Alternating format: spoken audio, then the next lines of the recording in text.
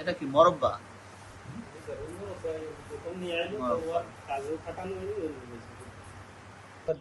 আচ্ছা, ভালো কথা। এভাবে রাখছেন কেন? এই কেবল মার্কেটিং রাখছে এখানে। আচ্ছা, ওই যে যেভাবে রাখছেন এখান থেকে তো ওই যে ময়লা দুর্গন্ধ জীবাণু ছড়াবে। কি অবস্থা দেখেন তো, যেভাবে রাখছেন পচে গলে এখান থেকে বরং আরো জীবাণু ছড়াচ্ছে মশা মাছির মাধ্যমে। বৃষ্টি হয়েছে এখন ছিল মনে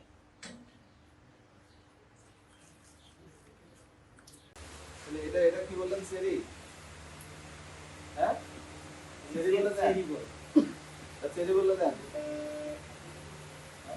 আসলে কি এটা তো একজন দেখি পেঁপে পেঁপে পেঁপে কোনো না রং দিয়ে মানে আমাদের দোকানদাররা পেঁপে পেঁপে তো এত সব করে না পেঁপে হবে আমরা থেকে মারলাম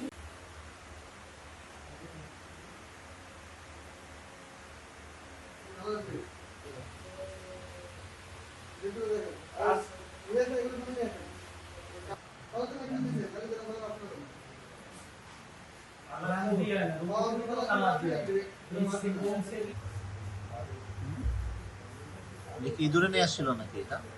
না এটা ছিল শেষ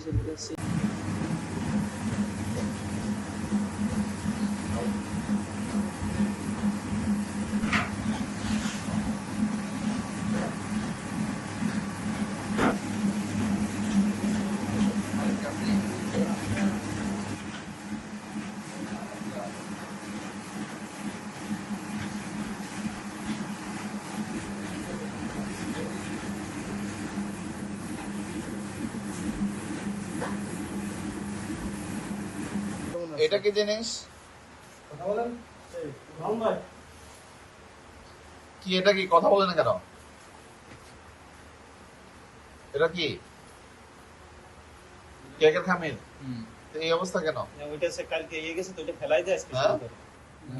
কাজ বন্ধ ছিল এত খারাপ অবস্থা কেন?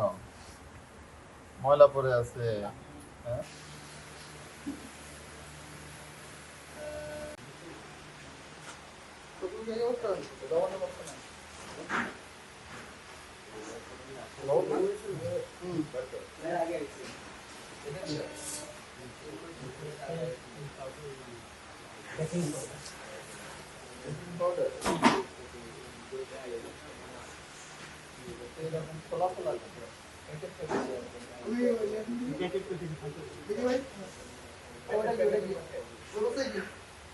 জাতীয় ভোক্তা অধিকার সংরক্ষণ দপ্তর এবং নিরাপদ খাদ্য কর্তৃপক্ষ কর্তৃক আজকে আমরা মাগুরা জেলার মোহাম্মদপুর উপজেলাতে অভিযান পরিচালনা করি।